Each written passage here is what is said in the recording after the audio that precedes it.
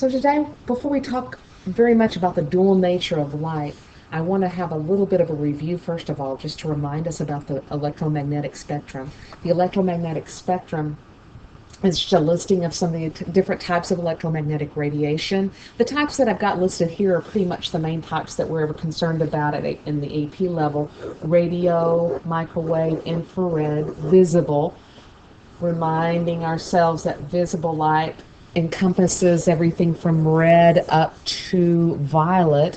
We usually use the little mnemonic device Roy G. Bibb to help us remember the order of the colors of the electromagnetic spectrum: red, orange, yellow, green, blue, indigo, and violet.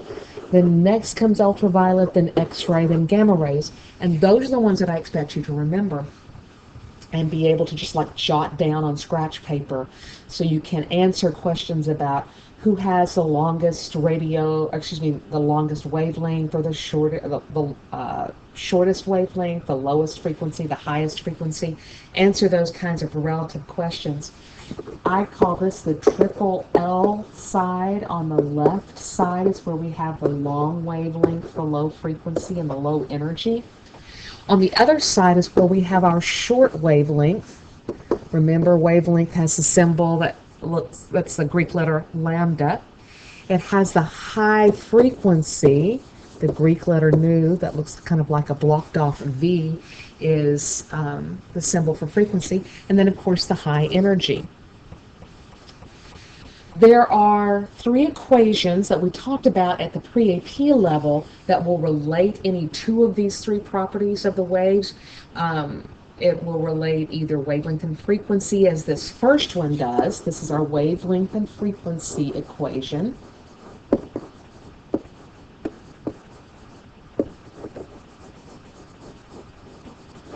And those are related to each other by way of the speed of light. C is equal to lambda nu. C is, again, the speed of light, 3 times 10 to the 8th meters per second. Remembering that wavelength is in meters and frequency is in hertz, or reciprocal seconds is more the way I want you to represent it.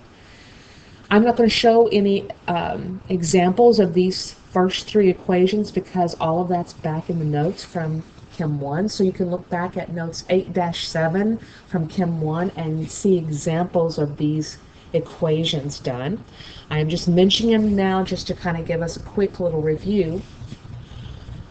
Max Planck, working with the light given off when solid bodies of matter were heated to the incandescent state, he was the one that found out that energy and frequency were related by way of a specific number every single time, and he called that number Planck's constant, 6.626 times 10 to the negative 34th joule seconds.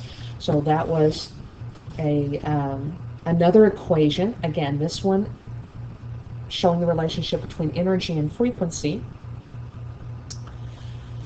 Our next equation then, through some work from Albert Einstein and combining these first two equations, we come up with the equation that relates energy and wavelength. So by the time we get done with these three equations, we can relate any two of those properties of waves to each other. So at the end of the 19th century, it was thought that matter and energy were distinct. That matter consisted of particles, that radiant energy was in the form of waves, that particles had mass and a specified position, but waves were massless and delocalized. We could not pinpoint their location. Matter and energy did not, shall we say, mix. But with more work by Max Planck and by Albert Einstein, who came up with the equation E equals mc squared, we started seeing this concept that there was a relationship between energy and mass, between light and mass, and that equation E equals mc squared became, Albert Einstein's pretty much signature equation. When you see that equation, you think of him. Energy has mass, and that's a very strange concept. But rearranging this equation, we can get mass to be related to wavelength. If we take the E equals mc squared equation and the E equals hc over lambda and combine those, we get this equation.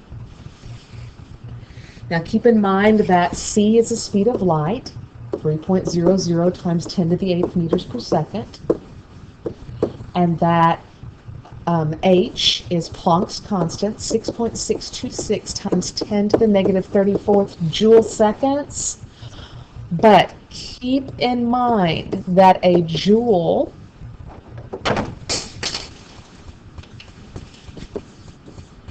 is a kilogram meter squared per second squared.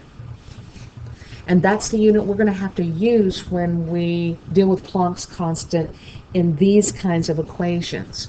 So once you tack on that dot second, notice that this second and one of these cancel. So our new units for Planck's constant are going to be kilogram meter squared per second.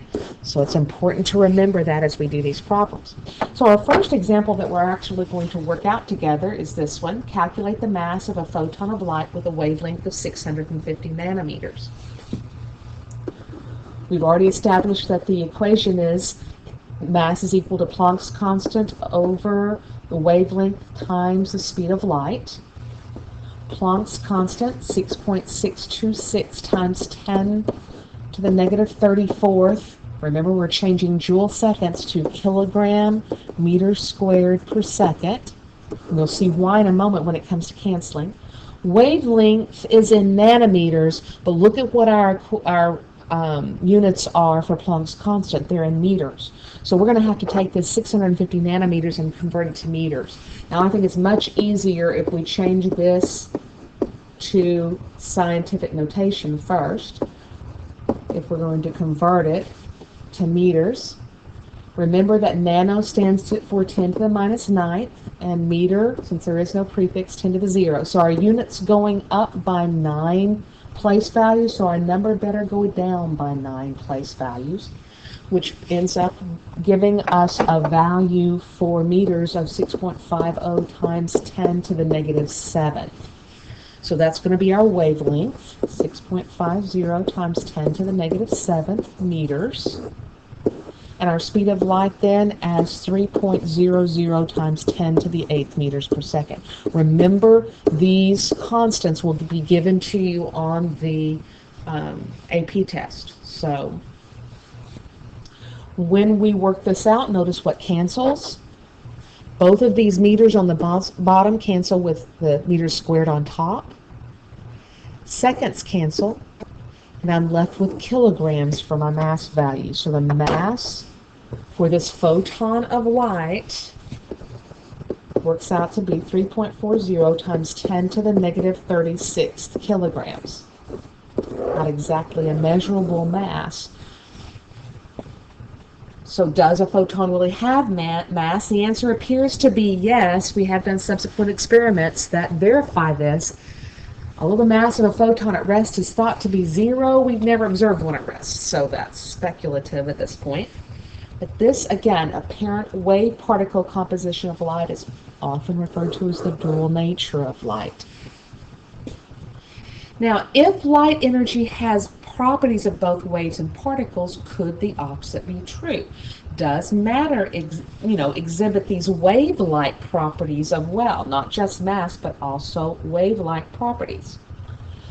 Louis Broglie revised the equation to include any particle traveling at any velocity, not just the speed of light. And rearranging it, we come up with this equation, that wavelength is equal to Planck's constant divided by the mass times the velocity in meters per second. It's called the de Broglie equation. And on this example, it asks us to compare the de Broglie wavelength for an electron, it gives us the mass, traveling at a speed of 1 times 10 to the 7th meters per second, with that for a ball traveling at 35 meters per second. So let's just divide this down the middle, and we'll do the electron on this side and the ball on this side. Both of them will use the de Broglie equation.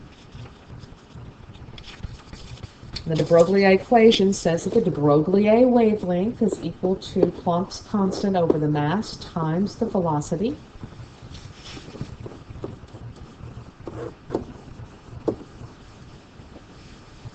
And when we start plugging in our values, h, remember, Planck's constant, 6.626 times 10 to the negative 34th.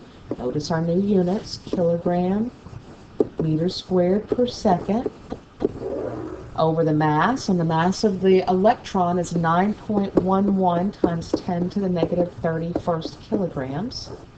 And the velocity is 1.0 times 10 to the 7th meters per second. Our ball, on the other hand,